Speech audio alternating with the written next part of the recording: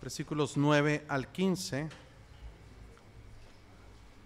Si lo encuentra, les voy a pedir que nos pongamos de pie para leer la palabra de Dios. Mateo 6, 9 al 15.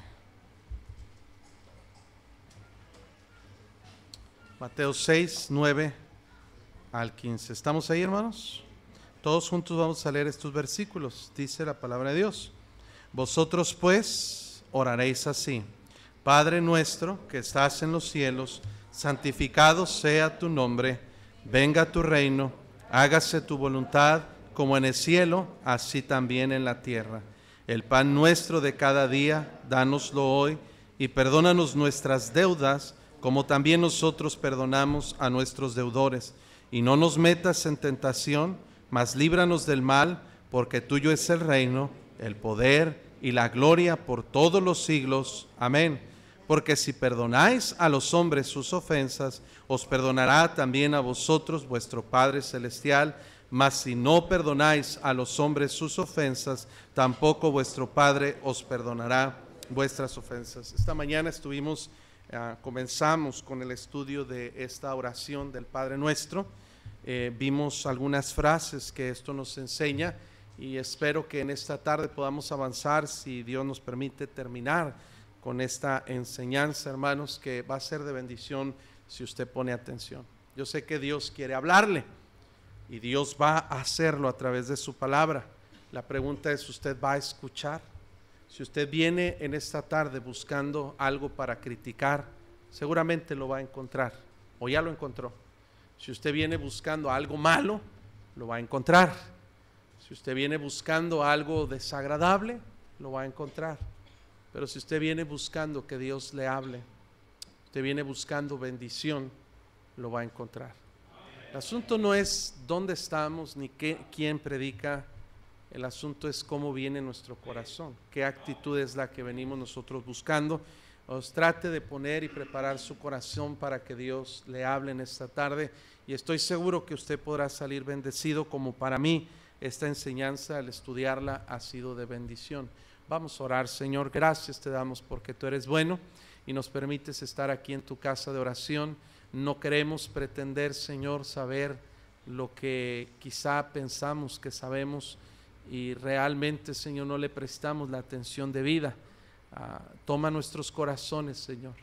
De manera especial te pido que en esta tarde, Señor, tu Espíritu Santo descienda, Señor, y habite y more en este lugar, Señor, donde tu palabra será expuesta, y que use, Señor, esa palabra como una herramienta para, Señor, pues tocar nuestros corazones, moldearlos a tu imagen y semejanza, Señor, y rogamos que en esta tarde nos permita ser bendecido con la predicación de tu palabra. Ayúdanos, Señor, a aprender, ayúdanos a entender, primero que nada, y para ello es necesario que pongamos nuestros sentidos de tal manera, Señor, que escuchemos tu palabra y que la recibamos y la entendamos.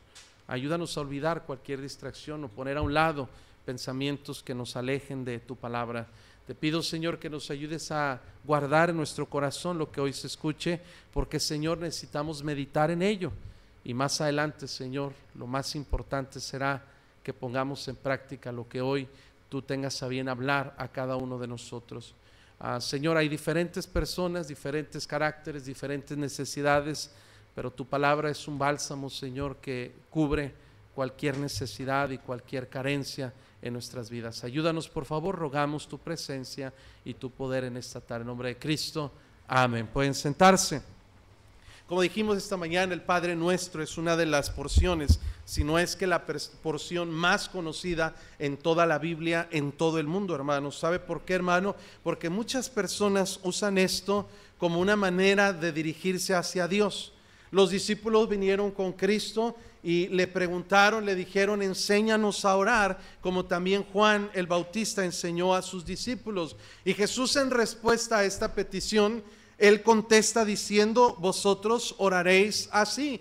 Y menciona el Padre Nuestro que acabamos de leer, hermanos, como una manera de ejemplo para lo que Dios espera que nosotros hagamos al dirigirnos hacia Él. Pero mucha gente toma esta oración como un rezo que se debe estar continuamente repitiendo como si tuviera algún efecto, algún poder la repetición de estas frases, pero no es así. El mismo Señor Jesucristo dijo ahí en Mateo 6:7 que cuando oremos no usemos vanas repeticiones como los gentiles que piensan que por sus palabrerías serán oídos. La oración eficaz no es una oración que contenga frases repetitivas que memorizamos y repetimos constantemente, hermanos, no. Lo que Jesús estaba haciendo al mencionar el Padre Nuestro era dándonos un modelo de la oración con la cual nos podemos dirigir hacia Dios. No quiere decir que repitamos la misma oración, pero este Padre Nuestro, más que una oración, hermanos, contiene verdades que cada cristiano debe aprender en su vida.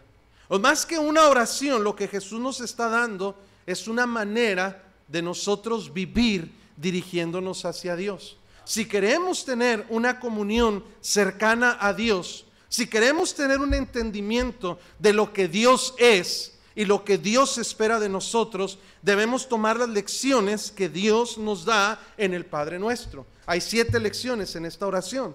La primera lección, la mencionaba esta mañana, es la lección de la relación y la posición que tenemos delante de Dios. Cuando hablamos Padre Nuestro, quiere decir, hermanos, que tenemos una manera, una libertad para acercarnos directamente a Dios sin necesidad de intermediarios, sin necesidad de mediadores, sin necesidad de nadie que interceda por nosotros, porque dice la Biblia que hay un solo Dios y un solo mediador entre Dios y los hombres, y es Jesucristo hombre. La lección del Padre Nuestro nos enseña que Él, como nuestro Padre, tiene cuidado de nosotros. La lección nos enseña, hermano, que la relación que hay entre nosotros y Dios es una relación de confianza, una relación de fe, una relación, hermanos, dependiente de Él. Podemos acercarnos a Él, como mencionamos esta mañana. La segunda lección que dijimos esta mañana es acerca de su nombre. Dice: santificado sea tu nombre. Esta palabra santificado, de la palabra griega hagiazo, significa hacer, glorificar, venerar, honrar, exaltar el nombre de Dios. Y dijimos las maneras como nosotros debemos procurar que su nombre, el nombre de Dios, sea santificado. ¿Estamos aquí, hermanos? Y ahí nos quedamos esta mañana. La tercera lección del Padre Nuestro está en el versículo 10, Mateo 6:10, y aquí retomamos el tema, donde dice la palabra de Dios: venga tu reino, hágase tu voluntad como en el cielo, así también, que dice, hermanos, en la tierra. La tercera parte del Padre Nuestro, la tercera lección que Dios nos enseña a través de esta oración es, hermanos, el deseo que debe haber en cada cristiano que el reino de Dios venga sobre esta tierra. ¿Qué significa venga tu reino? Bueno, hermanos, cuando Cristo estaba aquí en la tierra, Él varias veces hizo una promesa firme a los discípulos, a los que le seguían. En Juan 14:3 les dijo: no se turbe vuestro corazón, creéis en Dios, creed también en mí. Dijo: en la casa de mi Padre muchas moradas hay. Si así no fuera, yo os lo hubiera dicho. Y luego Él dijo: voy pues a preparar lugar para vosotros. Dijo: si me fuere y os prepararé lugar, ¿qué dijo?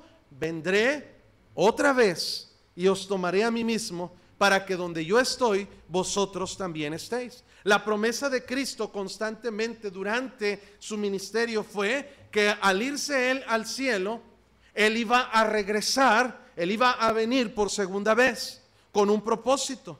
En Apocalipsis 1:7 y en varios pasajes, vaya conmigo, Apocalipsis 1:7 nos menciona que uno de los eventos que siguen en la historia de la humanidad es la venida de Jesucristo. En Apocalipsis 1:7 dice la Biblia: he aquí que viene con las nubes, y todo ojo, que dice, hermanos, y los que le traspasaron y todos los linajes de la tierra harán lamentación por él. Sí, amén. Lo que está diciendo Jesús es que Él va a venir otra vez. Capítulo 3, versículo 11. Ahora es el mismo Señor Jesús quien menciona esta promesa: he aquí, yo vengo pronto, retén lo que tienes para que ninguno tome tu corona. Al final de la Biblia, en Apocalipsis 22, amén, hermanos, 22, versículo 7, nos dice: he aquí, vengo pronto.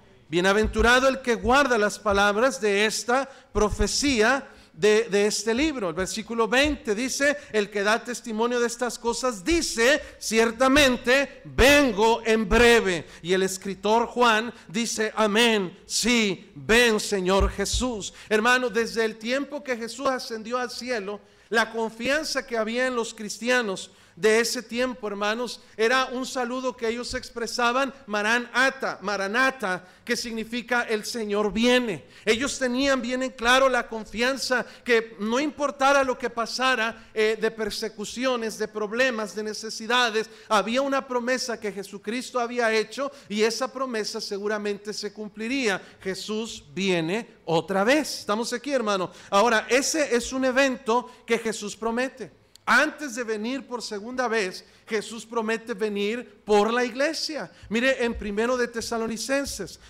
Tesalonicenses capítulo 4, versículo 16. Si trae su Biblia, trate de buscar los pasajes, así no se queda dormido, así se distrae un poquito, ¿verdad?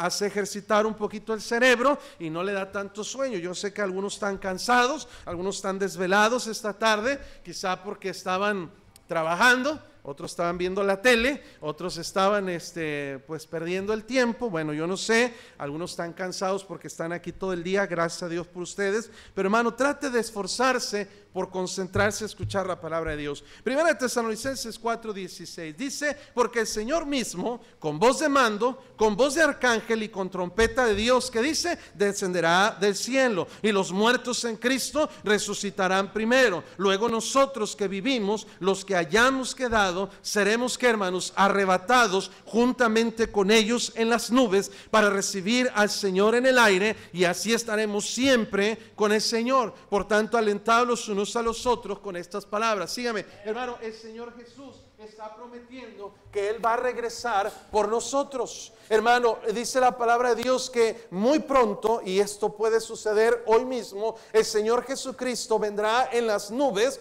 y dice la Biblia que sonará una trompeta y los muertos en Cristo van a resucitar, van a tener un cuerpo glorificado, van a ser llevados con Cristo. Ahora, el mundo trata de pintar esto como un escenario apocalíptico, como algo terrorífico, hermanos, pero lo que enseña la palabra de Dios es que será algo glorioso. Dice que luego los que vivimos, que hayamos quedado, seremos arrebatados para estar con el Señor en el aire. Hermanos, la promesa para la iglesia local es que nosotros no vamos a estar para siempre en este mundo. Un día muy pronto Cristo viene por la iglesia. Un día muy pronto Él nos va a llevar al cielo. ¿Para qué nos va a llevar al cielo? Bueno, algo va a pasar, según lo que dice la Biblia, algo va a pasar después de que Cristo venga por la iglesia. Algo va a pasar, y eso que va a pasar es que por 7 años habrá una gran tribulación sobre este mundo.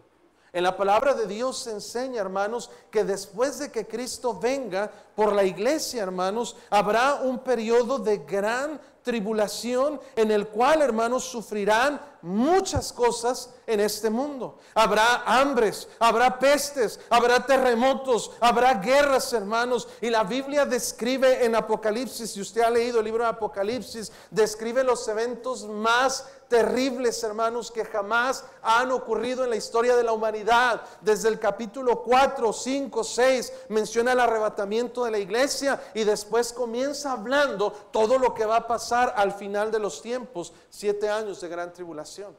Recuerden ustedes que habla de los jinetes del Apocalipsis, que traerán hambre, traerán enfermedad, traerán guerras, traerán pestes. Los 4 jinetes. Habla de los 7 sellos del libro que será abierto, las 7 trompetas, hermanos, que serán sonadas, las 7 copas de la ira de Dios. Todo esto desencadenará, hermanos, en que grandes cantidades de personas van a morir en este mundo por hambre, por envenenamiento, por el calor tan intenso que habrá en el sol. Un tiempo, hermanos, totalmente doloroso, totalmente de sufrimiento para este mundo. Pero después de esos 7 años, hermanos, durante ese tiempo va a surgir el anticristo, hermanos.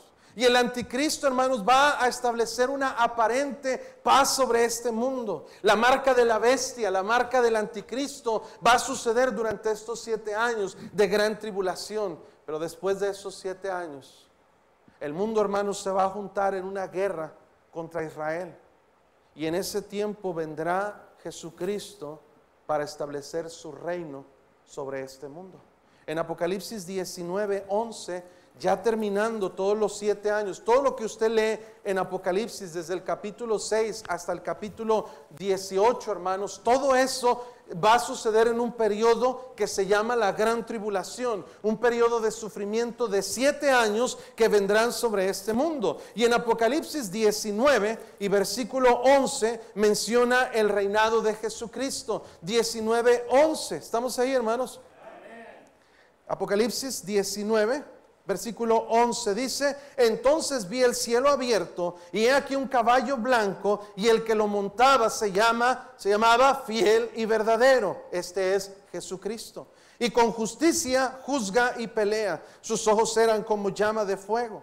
Estamos ahí, hermanos, y había en su cabeza muchas diademas. Tenía un nombre escrito que ninguno conocía sino él mismo. En su vestidura estaba vestido, de una ropa teñida en sangre, y su nombre es el Verbo de Dios. Y los ejércitos celestiales, vestidos de lino finísimo, blanco y limpio, le seguían en caballos blancos. De su boca sale una espada aguda para herir con ella a las naciones, y él las regirá con vara de hierro. Y él dice, pisa el lagar del vino del furor y de la ira del Dios Todopoderoso. Y en su vestidura y en su muslo tiene escrito este nombre: Rey de Reyes y Señor de Señores. Este, hermanos, es el tiempo en el que Cristo viene otra vez y establece un reino sobre esta tierra. Hermano, cuando Cristo establece su reino, Él empieza a gobernar sobre todo este mundo. Y es algo glorioso que va a pasar, hermanos, para este mundo. Ya no habrá más corrupción, ya no habrá más hambre, más necesidad, más pobreza, más crímenes, más delincuencia. La Biblia dice que durante ese periodo de 1000 años, Satanás será atado, hermanos, en el abismo. Ya no habrá tentación, ya no habrá pecado, habrá un mundo de paz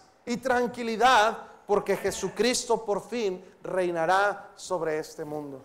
Ahora, lo precioso de este evento es que la Biblia promete, Dios promete que nosotros reinaremos con Él. En Apocalipsis 24 dice: y vi tronos, y se sentaron sobre ellos los que recibieron facultad de juzgar. Y vi las almas de los decapitados por causa del testimonio de Jesús y por la palabra de Dios, los que no habían adorado a la bestia ni a su imagen, y no recibieron la marca en sus frentes ni en sus manos, y vinieron y reinaron con Cristo. ¿Qué dice, hermanos? 1000 años. Hermano, la promesa de Dios es preciosa. Cristo va a reinar sobre este mundo muy pronto. Cristo va a reinar, hermano. Él va a gobernar, y Él será quien tome control de las naciones que hay hoy en día. Ya no habrá más políticos corruptos. Ya no habrá más líderes, hermanos, que están engañando o defraudando o lastimando a su pueblo. Líderes como Maduro, que echa a perder la política allá en Venezuela, y la gente batallando y sufriendo de hambre. Ya no habrá ese tipo de gobierno como allá en Corea del Norte, hermanos, donde persiguen a los cristianos. Ya no habrá más crímenes, delincuencia ni guerras, porque Cristo será el rey sobre este mundo, hermano. Eso está bien claramente establecido en la Biblia, y el Padre Nuestro nos enseña que el anhelo de cada cristiano es que eso suceda pronto. Cuando el Padre Nuestro dice: venga tu reino, lo que el cristiano está orando es que se acelere el tiempo en que Cristo venga a reinar sobre este mundo. El cristiano debe anhelar que Cristo reine sobre este mundo, porque nosotros reinaremos con Él. Porque en este mundo, hermanos, habrá paz, tranquilidad, y ya no habrá más incredulidad, ya no habrá más pecado. Ahora, esto parece como una profecía a mucho tiempo, pero vaya conmigo en Mateo capítulo 24. El Señor Jesucristo, hermanos, dio una profecía que debía cumplirse, y esta profecía, al cumplirse, hermanos, daría la señal de que su venida estaba muy pronta. En Mateo capítulo 24, hermanos, Estaba Jesús anunciando ahí, hermanos, acerca de los acontecimientos que pasarían al final de los tiempos. Y dice ahí que en el versículo 3, estando él sentado en el monte de los olivos, los discípulos se le acercaron aparte diciendo: dinos, ¿cuándo serán estas cosas? ¿Y qué señal habrá de tu venida y del fin del siglo? ¿Estamos ahí, hermanos? Amén. Jesús les empieza a explicar todo lo que va a pasar desde la perspectiva del pueblo de Israel. Y en el versículo 32 da una profecía. Y dice: de la higuera aprended, ¿qué, hermanos? La parábola. Cuando ya su rama está tierna y brotan, ¿qué, hermanos? Las hojas, 32, sabéis que el verano está, ¿qué? Cerca. Versículo 33. Así también vosotros, cuando veáis todas estas cosas, conoced que está, ¿qué? Cerca a las puertas. De cierto os digo que no pasará esta generación hasta que todo esto que dice acontezca. Si usted lee todo el capítulo 24, va a encontrar la similitud del periodo de la gran tribulación que Jesús está anunciando al pueblo de Israel, a los judíos. Y les está diciendo: miren, ustedes deben tomar esto como referencia. De la higuera aprended la parábola. Cuando sus hojas, dice la Biblia, cuando la higuera está tierna y sus hojas reverdecen, sabed que el verano está cerca. ¿Qué significa esta profecía? Ahora, en la Biblia, hermanos, las palabras bíblicas se definen por su uso bíblico. En la Biblia, la higuera representa a una nación, al pueblo de Israel. ¿Estamos aquí, hermanos? Muchas veces Dios compara a Israel con una higuera. En la misma parábola de Lucas 17, la higuera estéril se está refiriendo a Israel. La higuera, hermanos, representa a Israel. Algo interesante, hermanos, que desde los tiempos en que, hermanos, Israel fue invadido por Asiria, en el año 586 antes de Cristo, el reino del norte fue invadido por Asiria, y años después el reino del sur, que había sido dividido, Jerusalén, Judá, hermanos, fue hermanos, de alguna forma invadido y fue llevado cautivo por Nabucodonosor, rey de Babilonia. Desde ese tiempo que Israel fue cautivo, Israel dejó de ser una nación, ¿sí, hermanos? Como libre e independiente. Ya no hubo el Estado de Israel como nación desde ese tiempo hasta hace poco tiempo. Por años y años y años y cientos de años, Israel no tuvo un pedazo de tierra, una identidad como nación. Hasta que el 14 de mayo de 1948, ahí, hermanos, en el Museo de Artes de Tel Aviv, el señor Ben Gurión promulgó o proclamó o dio lectura al acta de independencia del Estado de Israel, reconociéndolo como nación libre y soberana. En 1948 Israel vuelve a resurgir como nación. Ahora, muchos estudiantes de la Biblia coinciden que ese es el cumplimiento de la profecía de Mateo 24, cuando Jesús dice que la higuera reverdece, cuando sus hojas brotan. Es decir, hermanos, que el resurgimiento de Israel como nación es una señal de que la venida de Jesús está cerca. Dice la Biblia, a la puerta. Algo interesante, Jesús dice que esta generación no pasará sin que estas cosas acontezcan. En la Biblia, una generación son entre 70 y a máximo 80 años. Interesante, hermanos, que en un año más se cumple 70 años del resurgimiento del pueblo de Israel como nación. ¿Sí está aquí, hermano? Ahora, yo no le estoy dando una profecía que yo sé cuándo va a venir Cristo. Nadie sabe. La Biblia dice que nadie sabe, ni aún los ángeles. Pero lo que sí le estoy diciendo es que las profecías todas ya fueron cumplidas. La venida de Cristo está muy cerca. Ya no hay ninguna profecía que deba cumplirse antes de la venida de Cristo. La última era el resurgimiento del pueblo de Israel, y eso ya pasó hace se van a cumplir 69 años ahora en mayo. ¿Estamos aquí, hermanos? Ahora, el cristiano, la lección del Padre Nuestro nos enseña que el cristiano debe anhelar que venga el reino de Dios. Cuando decimos venga tu reino, Estamos nosotros anhelando y pidiéndole a Dios, Señor, que muy pronto tú seas quien gobierne sobre este mundo malo y pecador. Señor, que tú vengas y tomes control de las naciones y tomes control, Señor, de todo lo que ocurra en este mundo. El cristiano debe tener un deseo ferviente, un deseo de corazón, de que el que reine sobre este mundo sea el Señor Jesucristo. La lección del Padre Nuestro es que debemos anhelar su reino. ¿Cuántos de ustedes les gustaría que Cristo reinara sobre este mundo? A mí me gustaría. ¿Sabe a quiénes no les gustaría? A los que hacen cosas deshonestas y chuecas. ¿Sabe por qué? Porque el Rey justo, que es Cristo, no va a permitir que esas cosas pasen, que pase la corrupción. El asunto, hermanos, es que el Padre Nuestro va mucho más allá que esto. Nos dice: venga tu reino. Y nosotros podemos con sinceridad decirle a Cristo: Señor, yo anhelo que tu reino venga sobre este mundo. Yo anhelo que tú seas el Rey. Pero hermano, Cristo nos está diciendo: sí, yo quiero reinar sobre este mundo, pero primero quiero reinar sobre ti. Amén, hermano. Quieres que Cristo reine sobre el mundo, pero no lo dejas gobernar sobre tu propia vida. Tú piensas, hermano, que tú puedes hacer lo que tú quieres. Pensamos que podemos hacer lo que nos pega la gana porque tenemos la libertad de hacerlo, porque tenemos la libertad de hacer y tomar nuestras decisiones, y no dejamos que Dios controle nuestras vidas. Dice ahí el Padre Nuestro, dice: hágase tu voluntad como en el cielo, también, ¿qué, hermanos? En la tierra.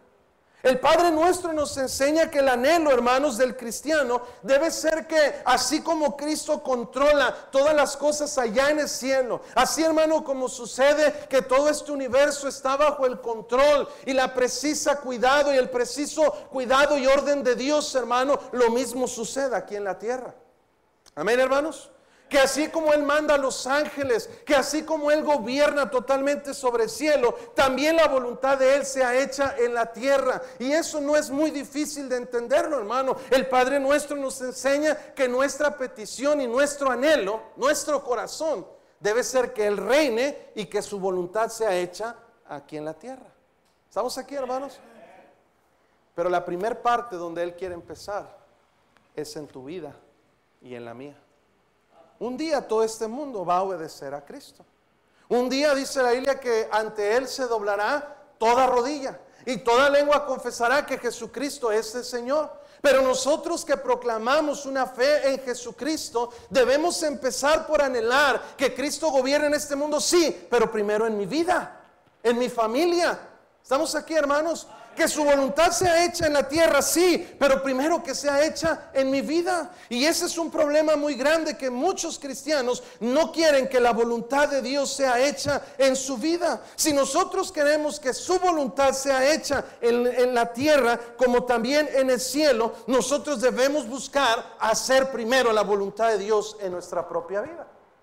Ahora, nosotros podemos clamar con mucha hipocresía y diciendo: Padre nuestro que estás en los cielos, santificado sea tu nombre, como decíamos esta mañana.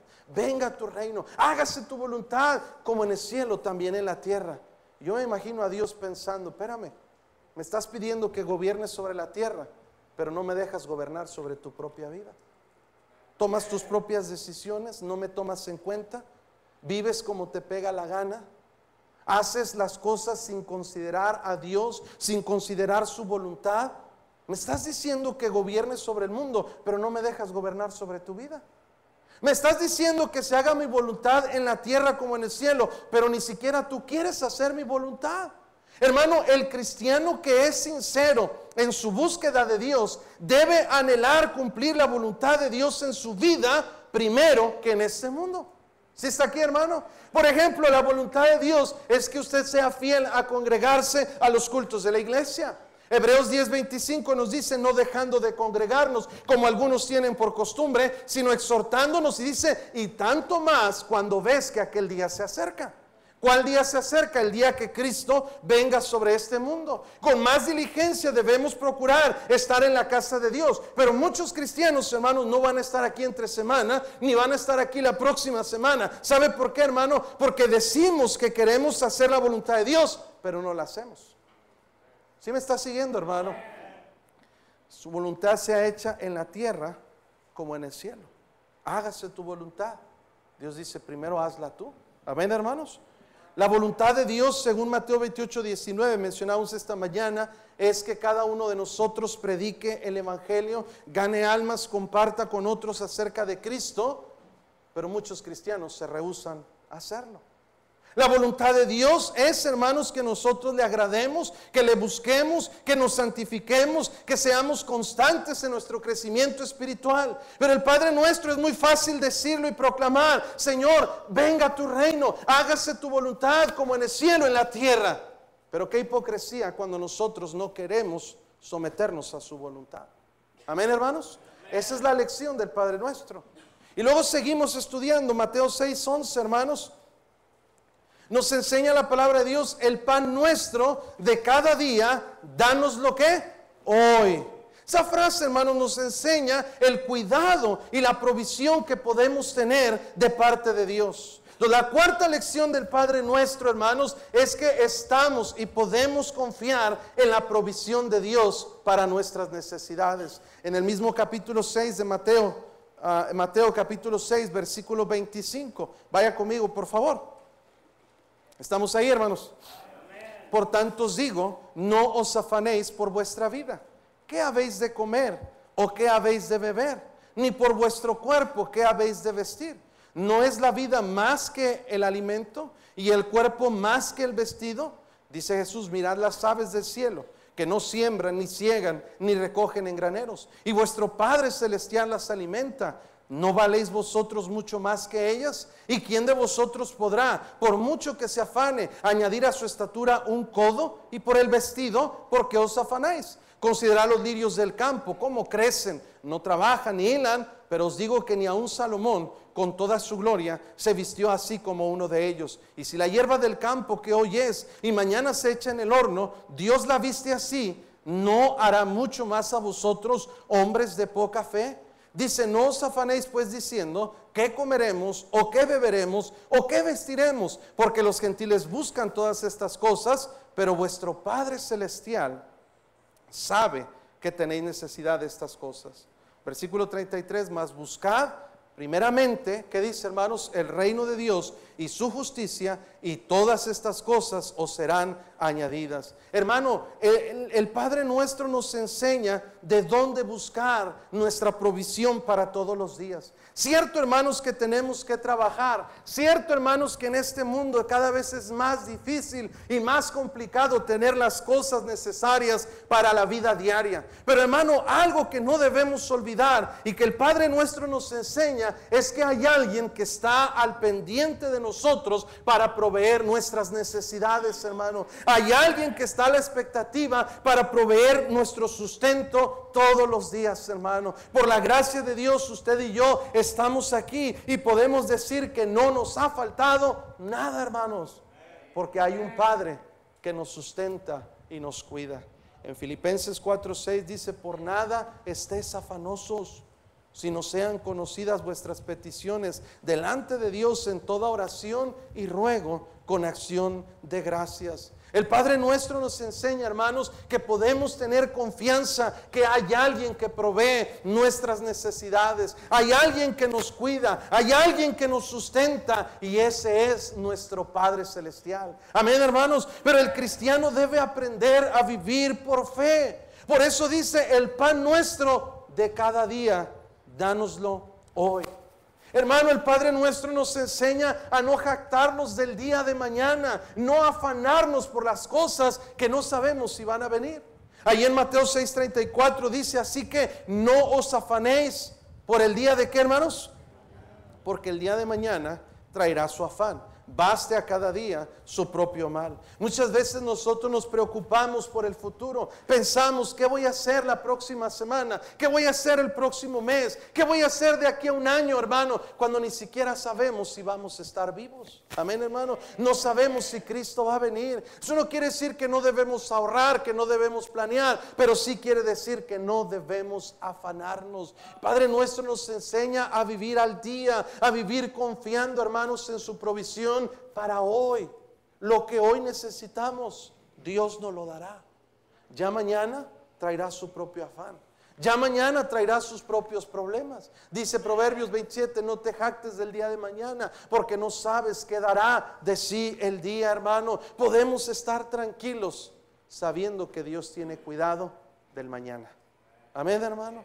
Dios tiene cuidado de nosotros, Dios tiene cuidado de nuestras necesidades, Dios está en control de todas las cosas que usted y yo necesitamos, y Él ya ha provisto de antemano lo que usted y yo necesitamos, hermano. A veces sin darnos cuenta lo que vamos a necesitar, Dios ya lo tenía preparado para nosotros. Desde antes que le pidamos, desde antes que tengamos necesidad, Dios ya sabe cómo proveer nuestras necesidades. Usted y yo no debemos afligirnos, no debemos preocuparnos, no debemos estresarnos por las cosas de este mundo. ¿Por qué, hermanos? Porque alguien cuida de nosotros. Estamos aquí, hermano. Mire Mateo 6:12. Algo interesante que aprender aquí. Padre nuestro que estás en los cielos, nos enseña la posición que tenemos delante de Dios. Santificado sea tu nombre, la responsabilidad que tenemos para proclamar y exaltar el nombre de Cristo. Amén, hermanos.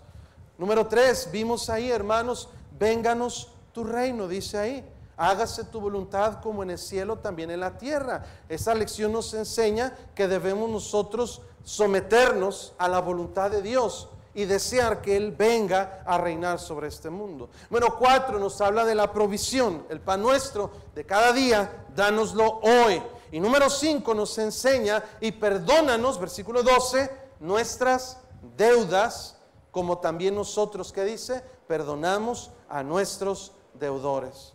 Hermanos, esta parte del Padre Nuestro nos da una enseñanza profunda de la necesidad que tenemos, escúcheme, de pedir perdón a Dios por nuestros pecados. Estamos aquí, hermanos. Perdona nuestras deudas. ¿Cuáles son nuestras deudas? Aquellos pecados que cometemos en contra de Dios, hermano. Si algo necesitamos como cristianos, hermanos, todos los días, escúcheme, es el perdón de Dios en nuestra vida. ¿Sabe por qué, hermano? Porque todos le fallamos a Dios muchas veces. Ninguno de los que estamos aquí somos suficientemente fieles a Dios para no fallarle. Todos somos pecadores. Amén, hermano. Por eso la palabra de Dios nos da promesas acerca de cómo obtener perdón de nuestros pecados. En Proverbios 28:13 dice que el que encubre sus pecados no prosperará. Pero ¿qué dice? Mas el que los confiesa y se aparta, ¿qué dice? Alcanzará misericordia. Hermano, la invitación de Dios para nosotros es que busquemos vivir de tal manera que todos los días vayamos con Dios y le digamos aquellas cosas en que le fallamos y le pidamos perdón. Necesitamos el perdón de Dios en nuestra vida. Dios es tan misericordioso, hermano, que Él está interesado que usted y yo estemos en paz con Él. Mire Isaías 1:18, por favor. Libro de Isaías 1:18. Dice la palabra de Dios: venid luego, dice Jehová, y estemos ¿qué? A cuenta.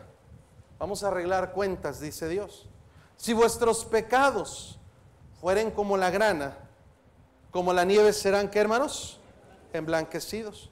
Y si fueren rojos como el carmesí, ¿qué dice? Vendrán a ser como blanca lana. La invitación constante de Dios para nosotros es: ven, vamos a estar a cuenta.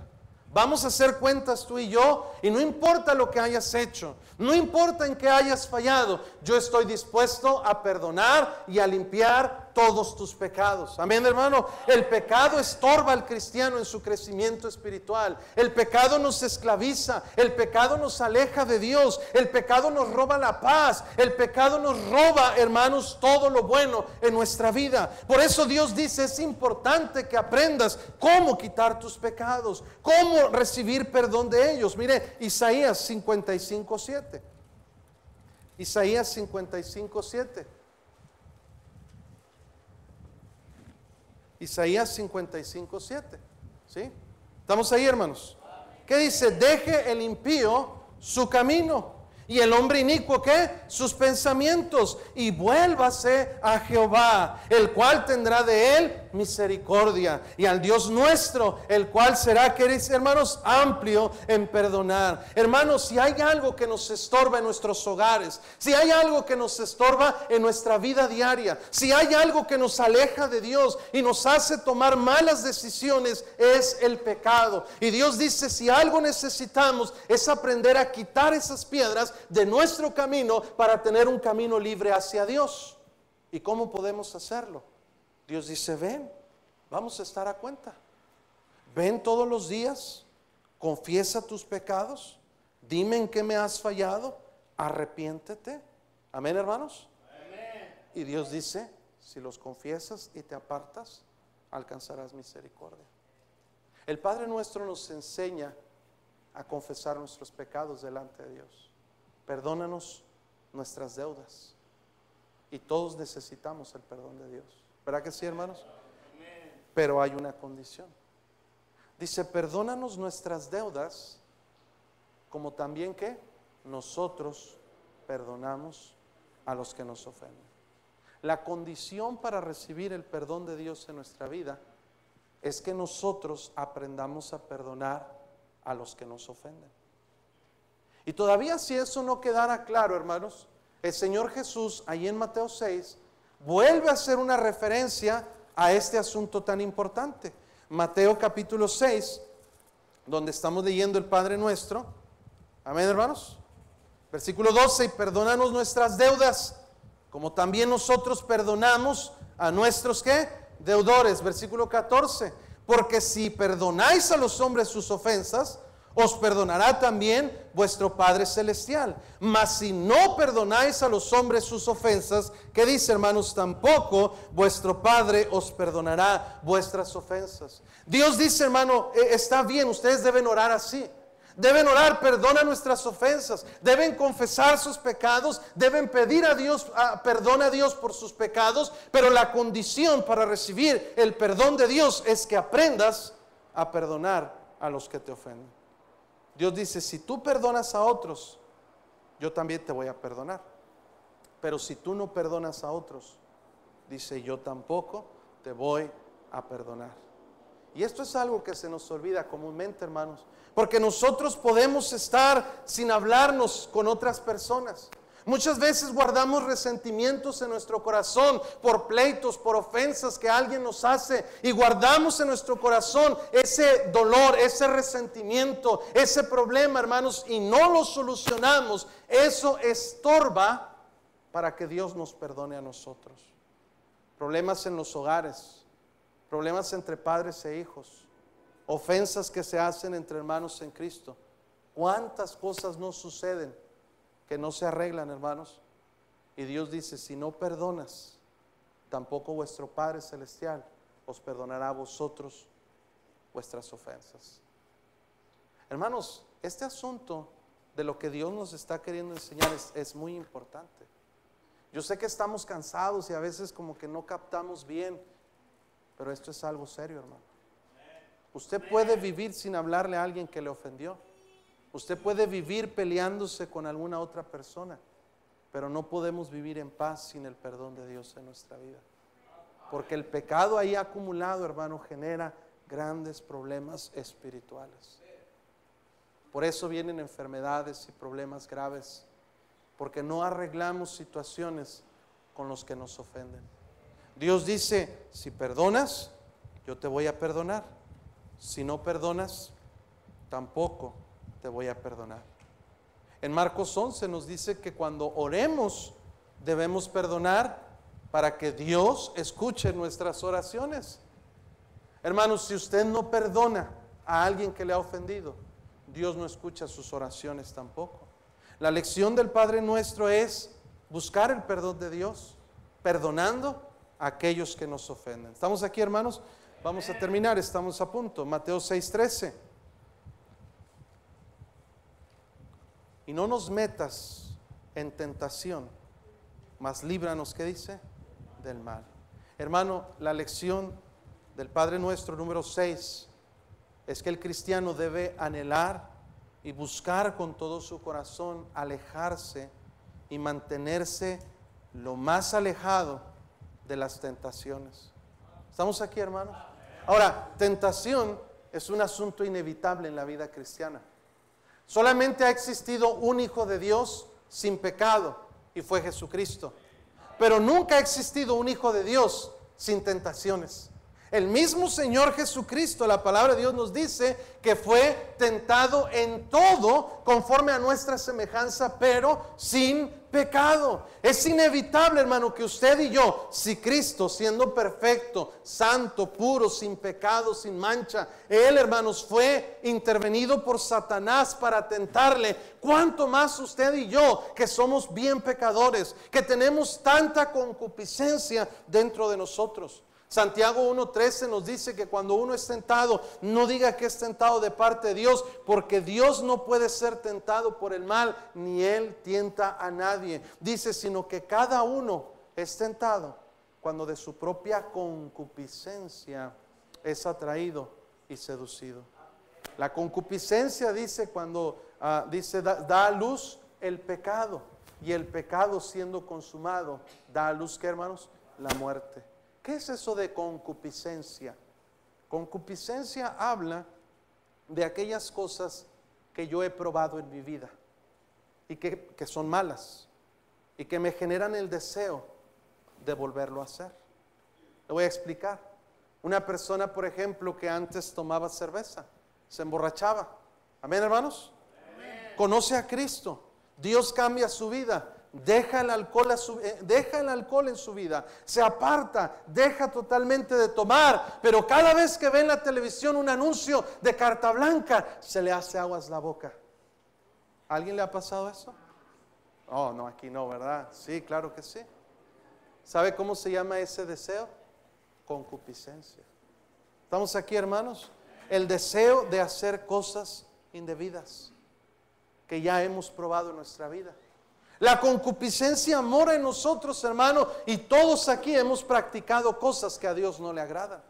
Y esa concupiscencia está dentro de nosotros y solamente le basta enfrentarse, hermanos, ante una circunstancia en la cual tengamos la oportunidad de llevar a cabo esas mismas cosas que antes hacíamos, y a eso se le llama tentación. ¿Estamos aquí, hermanos? La voluntad de Dios es que nosotros tengamos cuidado ante las tentaciones. Hay cristianos, hermanos, que enfrentan una tentación y piensan, ya voy a caer, y se entregan al pecado y no tienen voluntad ni determinación para alejarse de la tentación. Mire Santiago capítulo 1, versículo 13, versículo 12. Santiago 1:12. ¿Estamos ahí, hermanos? Dice la palabra de Dios, bienaventurado el varón que soporta, ¿qué, hermanos?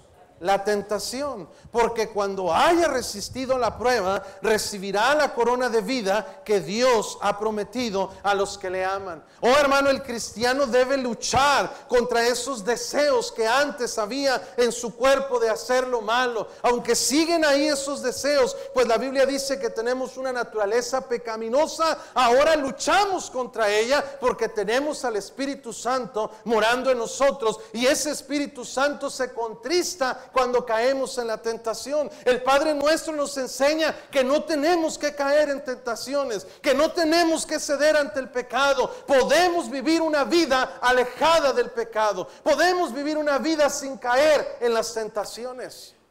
Pero ¿cómo se puede? Si es bien difícil. Pues para eso necesitamos a Dios. Dice la palabra de Dios, no nos metas en tentación, mas líbranos del mal. Una oración sincera que debemos hacer a Dios. ¿Recuerda usted al apóstol Pedro? Jesús le dijo a Pedro, Pedro, Satanás os ha pedido para zarandearos como a trigo.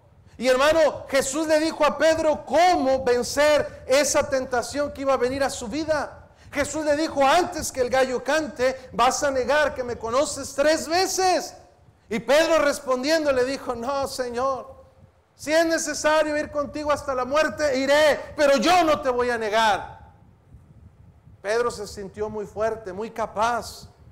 Dice la Biblia que esa misma noche Jesús fue al monte de los olivos para orar.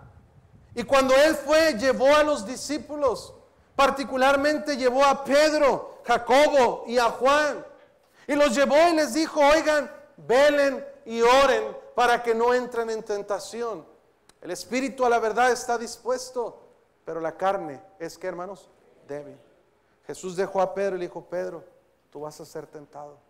Ora, ora para que no entres en tentación. No era para que no fuera tentado, era para que no cayera en la tentación. Y Pedro, hermanos, se quedó ahí. Jesús se fue a orar. Y cuando regresó Jesús, ¿qué estaba haciendo Pedro? Estaba dormido. Y Jesús le dijo a Pedro, como muchos aquí esta noche, ¿verdad, hermano? Jesús le dijo a Pedro, Pedro, ¿no habéis podido velar conmigo 1 hora? Y le dijo, velad y orad para que no entréis en tentación. 2 ocasiones Pedro sintió que no tenía necesidad de orar. Y cuando se enfrentó a la tentación, ¿sabe qué pasó? Cayó y negó al Señor 3 veces. Y esto nos enseña, hermanos, cómo nosotros constantemente caemos ante la tentación, porque nos falta orar ante esos momentos. Debemos orar para no entrar en la tentación. Debemos orar para no caer en la tentación, pero también debemos poner de nuestra parte para no estar en lugares donde seamos tentados innecesariamente. ¿Estamos aquí, hermanos?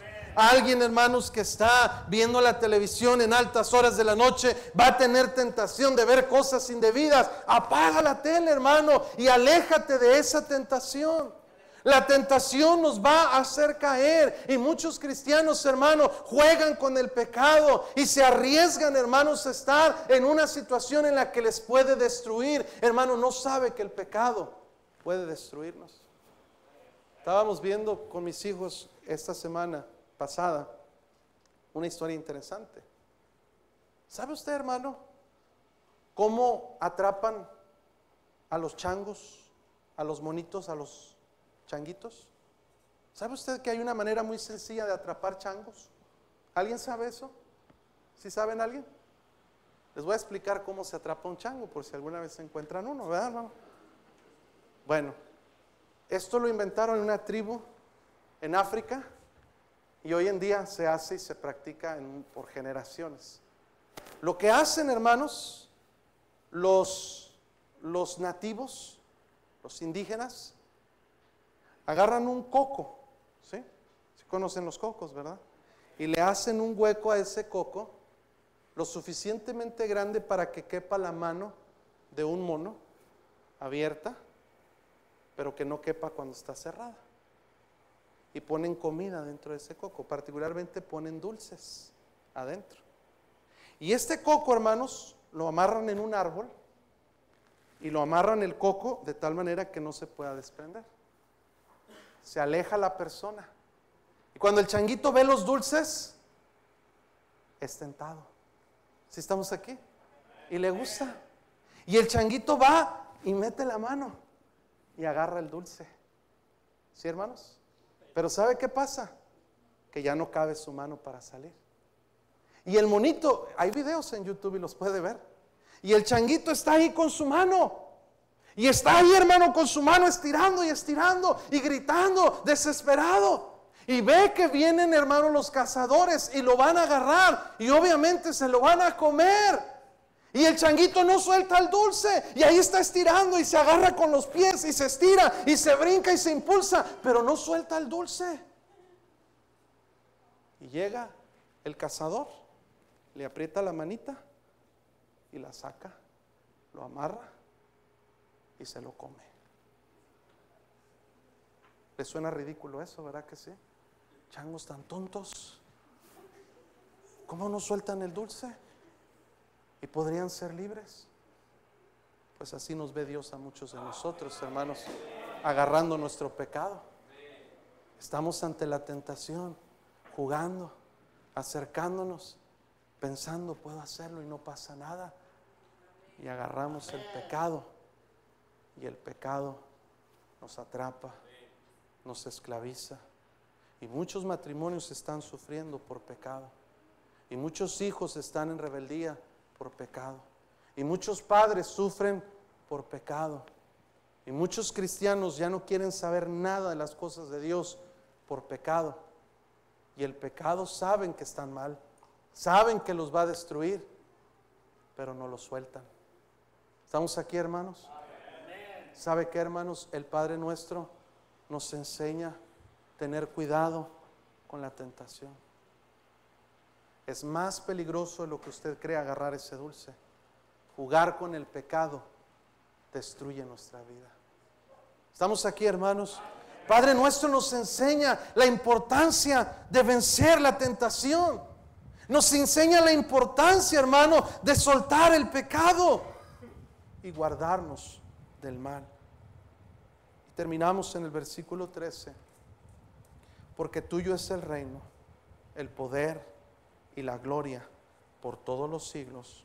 Amén. La última lección del Padre nuestro nos enseña, hermanos, quién es Dios y que Él es dueño de todas las cosas. Y escúcheme, que Él es digno de todas las cosas.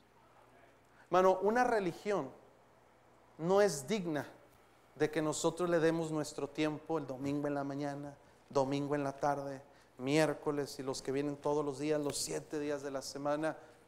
Escúcheme, hermano, una iglesia no es digna de que yo invierta tanto tiempo en ello. Amén, hermanos. Amén. Ninguna persona, ninguna empresa, ninguna institución es digna de enseñarme cómo debo vivir mi vida.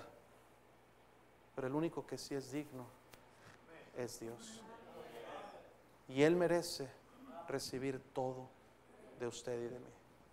La razón que nosotros venimos a la iglesia, escuchamos palabra de Dios, cambiamos nuestra manera de vivir y queremos agradarle a Él, es porque Él es digno. Porque Él es digno de recibir todo, hermanos. Y no hay nada que yo pueda tener que Él no sea digno de recibir. Por eso, hace algunos años, yo renuncié a una carrera política para irme a preparar, a servir a Dios. Porque Él es digno. Porque no hay nada mejor que servirle a Él. ¿Estamos aquí, hermanos? Estaba leyendo que en los tiempos de Charles Spurgeon, la reina de Inglaterra le hizo una oferta de trabajo. Le dijo: señor Spurgeon, ¿por qué no deja de ser pastor y se viene a trabajar conmigo como ministro en mi corte?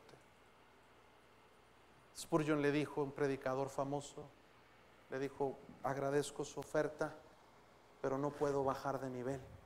La reina se queda: ¿cómo dice usted bajar de nivel? ¿Cómo compara usted ser pastor de una iglesia con ser ministro de educación o de algún área en mi gobierno? Dice: tiene razón, no hay comparación. Todo lo que usted ofrece aquí se va a quedar. Así le contestó. Pero lo que Dios me da son recompensas eternas. Nadie es más digno de servirle que Dios. Nadie es más digno de modificar nuestra manera de vestir, de comportarnos, de hablar, de tratarnos, más que Dios. La próxima vez que usted lea al Padre Nuestro, hermano, piense en estas lecciones. Y no lo tome a la ligera diciendo: Padre nuestro que estás en los cielos, santificado sea tu nombre. De veras usted haga algo para que su nombre sea santificado. Cuando piense en vénganos tu reino, piense en el reino de Cristo sobre esta tierra. Hágase tu voluntad como en la tierra, como en el cielo, también en la tierra. Piense en hacer usted la voluntad de Dios en su vida primero. Amén, hermanos. Hágase tu voluntad. El pan nuestro de cada día, dánoslo hoy. Tenga la fe en Cristo que Él va a proveer nuestras necesidades. Y perdónanos nuestras deudas, como también nosotros perdonamos a los que nos ofenden. ¿Estamos aquí, hermano?